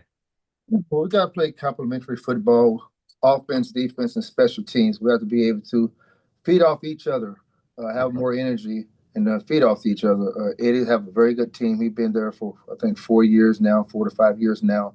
And he established a culture, and that's what we're trying to do here at Texas Southern, establish something that we can feed on. All right. Great points. Look forward to the matchup in the game this week, Coach. All right. Safe travel. Question goes to James Hill. Hey, Coach, I hope you and everyone on campus are well. When you think about November football, I know it's 1 week at a time, but just talk a little bit about November football and what that can look like to be successful. Well, everybody say you're supposed to win in November and December, but here we try to win in August, September, October, November, and December. So we're trying to not just November and December, but we're trying to win in other months too. So we just have to constantly talk to our guys about bringing the energy. When our guys bring their energy, when our guys can establish the run, play complementary football, we're a very good team. All right, Coach. Good luck at Alabama State. Thank you. Question goes to Wayne Cartwright.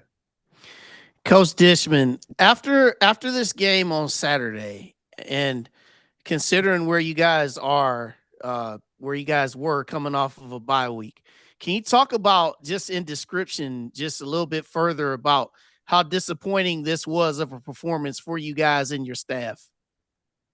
Well, every loss is disappointing. I've been in the NFL for 13 years, and every loss is disappointing. But you bounce back and you get ready for the next game. All right, Coach. Good luck against Alabama State. Thank you. This question goes to Perry Daniels. Coach, you talked about, good morning, first of all, Coach. Uh-huh. You talked about establishing a culture. And at Texas Southern, during the broadcast, it was mentioned that it's been a very long time since this institution has won 5 football games in a row, which you were doing or attempting to do this week. How much of the mindset of not having accomplished that played into the energy on the field? Well, I don't think any of these guys on this team was around when that happened or didn't happen. So I don't think it plays nothing at all into that. Got it. Thank you, Coach. Welcome. Any final questions for Coach? All right, Coach, as always, appreciate your time. Look forward to speaking to you again next Guys, week. have a great one. Thank you.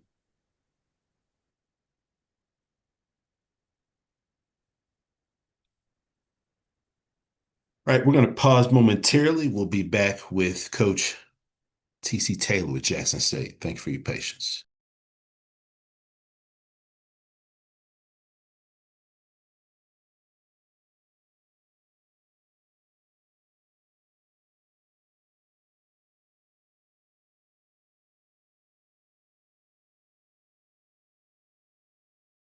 All right, once again, if you do have questions for our coaches, for Coach, please utilize the raise your hand feature. With that being said, happy to be joined by Coach Taylor with Jackson State.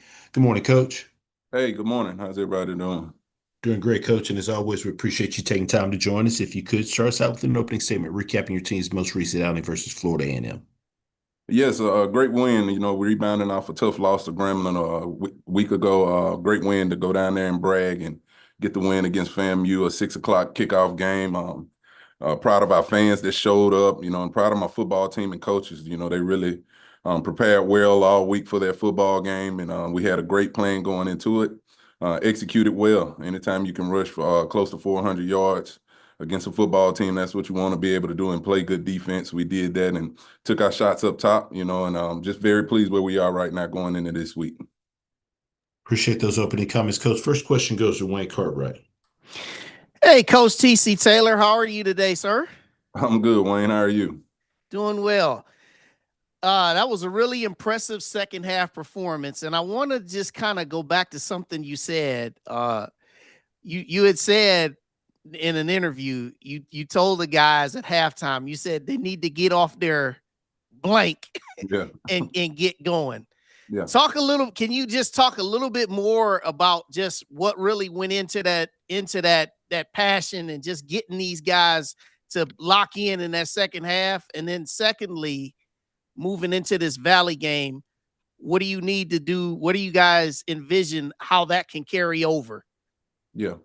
Just told them, you know, I feel like in that first half, FAMU gave us an opportunity to get separate, and we didn't take advantage of those opportunities, especially on the offensive side of the ball, even with a true freshman at quarterback. I know what he's capable of, and I know he wasn't playing his best football. But we got to be able to score touchdowns. That's what I told them. You know, I thought our defense was playing pretty good in the first half. And I just didn't, overall at halftime, I told them I didn't see the team that I'm accustomed to seeing, you know. But they came out and responded in the second half. You know, like you said, I was on them pretty tough. At halftime, I said some choice words to them, and they came out in the second half, responded. I think ripped off 31 points in that second half. But that's what I expected this football team, especially at this time of the year. You know, this time of the year, you're trying to fight and scratch for postseason play right now, and we want to you know, in the next few weeks get ready to lock this East Division championship up, and we got a great opportunity of that. We're in control of our own destiny, so that's why I just got on them at the half, and they came out and responded. To the second part of the question, Valley is a solid football team. You know, they threw for over 400 yards in this past game. They know how to score points. And, you know, teams just play good at home. You know, we got to go on the road and take another victory by any means necessary. So we got to travel well, get up there and, you know, come out the gates hot and play a good first half of football, and then come out in the second half and finish the game strong. Appreciate you as always, Coach. Good luck on your third straight road game. All right. Thank you. Next question goes to James Hill. Hey, Coach, I hope you and everybody in Jackson are well. Great to see you guys this past weekend. Talk a little bit about the running attack. Miller, Davenport, Nate, and then your freshman quarterback. And then also the opportunity to go into the Delta and play against Valley in your earliest memories of that Jackson and Delta in that rivalry against Mississippi Valley. Yeah, it's a great luxury to have when you got an offensive line playing at the level of play that they're playing it right now. Those guys, that group that we have on the field, those 5 guys up front, has been playing a lot of football together this year. So the chemistry has gotten right on that offensive line. You know, that's hats off to my co-OC, offensive line coach Manny Ramirez. He does a great job of preparing those guys for different looks, you know, getting them up for road games, whether we on the road, like I said, or at home. those running backs are special. You talk about Ahmad Miller; he's been running the ball with, authority all year long for us, and that run he was able to break out right before a half. Really gave us a great boost going into the half. Denario Davenport is another big back with speed and size that can run the football well. Travis Terrell finished the game out with some great carries. You talked about Nate, Amari. All those guys collectively, get along and they push each other to be great each and every time one of them touched the ball. Also, they were good in our pass pro opportunities, picking up linebackers and everything. Just a complete group when you talk about that offensive line and running backs room. This game right here is just a lot of tradition at both schools. When you talk about Valley and Jerry Rice, Willie Totten up there that did some great things there. It's a lot of tradition into that program over there as well. On the flip side, for us in Jackson State, Robert Brazile, Walter Payton, all the greats is, played in that game against each other. We know it's going to be a great crowd up there. So we're looking forward to it. Valley does a great job of playing very hard and physical when they have opportunity to play against Jackson State. That's what I remember as a player and as a coach as well. So we got to be ready to go and prepare the right way this week. All right, Coach. Have a blessed week. Thank you. You as well. Question goes to Perry Daniels. Congratulations, Coach. How you doing, Perry? Thank you. Super fantastic, Coach. Talk about taking your dynamic receiver, Nate Rembert, back into the Delta where he came from and his disposition about this opportunity.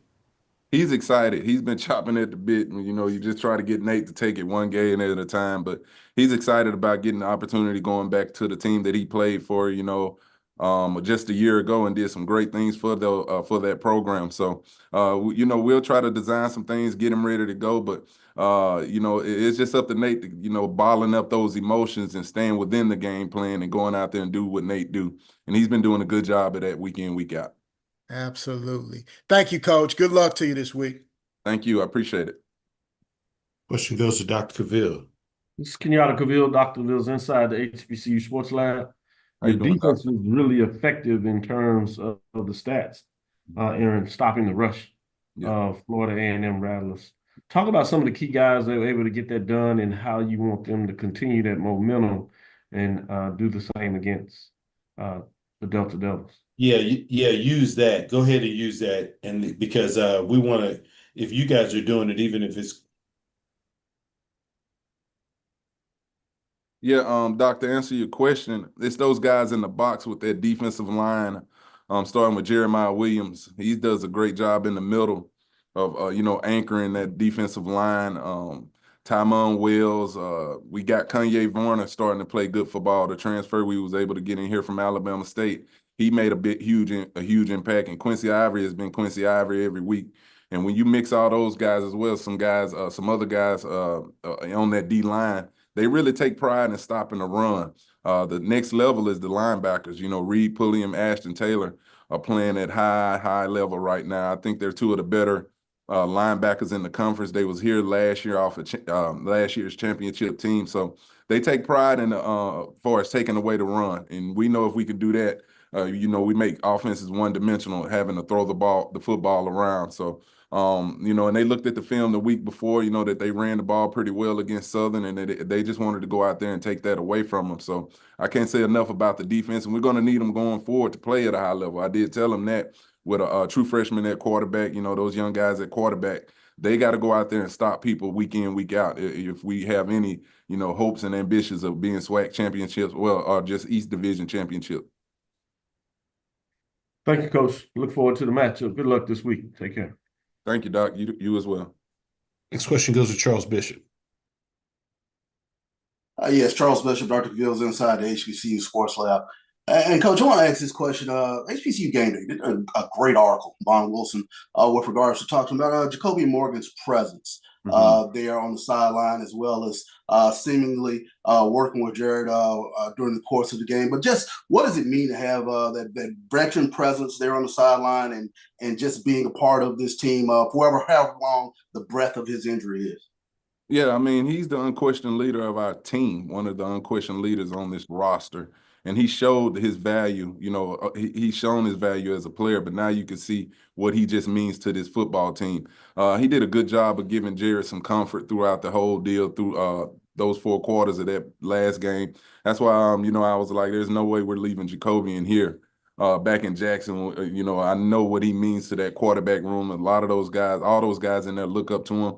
And not only in that room, just this football team looks at him as our unquestioned leader. So you look over there, he got the iPad over there, breaking down looks with Jared as well. And just keeping him grounded and letting him know, I'm right there with my brother through this process throughout that game. So it was a great job by him. And, that's what you're going to continue to see. He just wants to see this program do well going forward. I appreciate that, Coach. No problem. Thanks, Chuck. Mm-hmm. Last question goes to Marvin Nichols. Morning, Coach Marvin Nichols, MTMV Sports. Congratulations on your win in Bragg Stadium. Listen, we know that the hallmark of a championship program is balance, and when the offense and defense feed off of each other. And in Jackson State, you controlled the tempo, limited mistakes, and dictated the game's rhythm. How proud of you of the way your offense and defense complemented each other in this game, especially the defense limiting Florida A&M to just 1 of 11 on 3rd downs?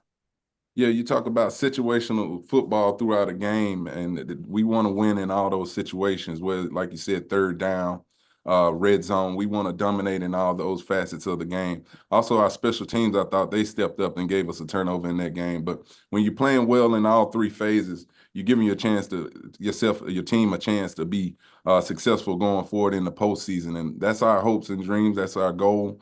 To win the East first, win the SWAC championship, and go win a Celebration Bowl again. But I think we're clicking at the right time, as a group. I thought that was one of our better performances as a whole, as a football team. And again, we were getting some guys back that were banged up in that, to play in that game this past weekend.